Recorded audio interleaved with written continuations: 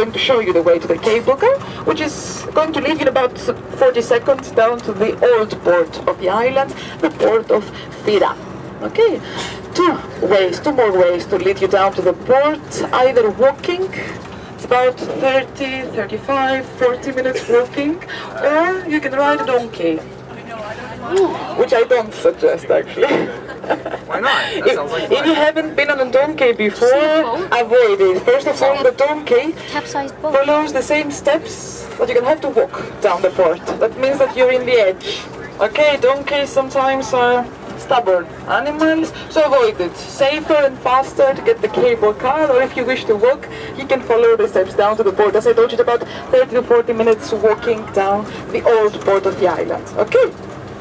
So at the moment, as we are following the way up to the top of the cliffs, we can enjoy a beautiful view to what we call caldera. Do you know the term caldera? It's a Spanish word that means cauldron, casserole. But in geology, we use this term in order to describe the big hole created after a volcanic eruption. Notice that the caldera of Santorini is an underwater caldera, and it is surrounded by 3 islands: Aspronisi, Thiracia, and Thira. Aspronisi is the small rocky islet that you can see on your right and front with the white top. Aspros in Greek means white. Nisi is a word for an island. Aspronisi, the white island, because of the white pumice stone that covered it after the last volcanic eruption. You're in the heart of an active volcano. Santorini is one of the 4 volcanic islands of Greece.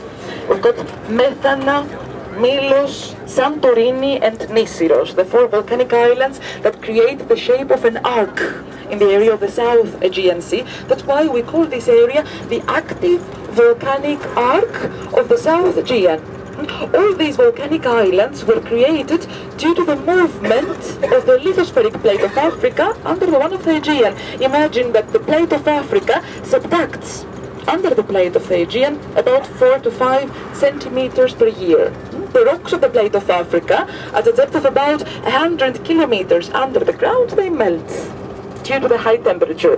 The magma created this way, when it finds the way up to the surface through a crack on the crust of the earth, it creates volcanoes. This is how also Santorini was created. The volcanic activity started about 2.5 million years ago, but the eruption creating what we call caldera happened about 3,600 years before nowadays, in the middle of the 17th century before Christ.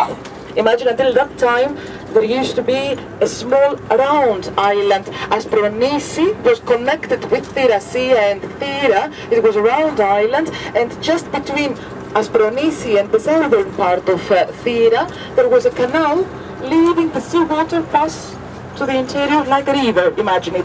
The depth of that canal was just 5 meters.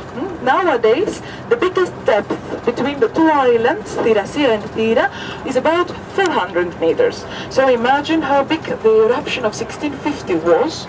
A big quantity of volcanic material came above sea level. The central part of that island collapsed. It submerged in the sea, and just the 2 islets in the west part remained above sea level. It was even stronger than the eruption of Krakatoa volcano. Imagine that the volcanic dust came at a height of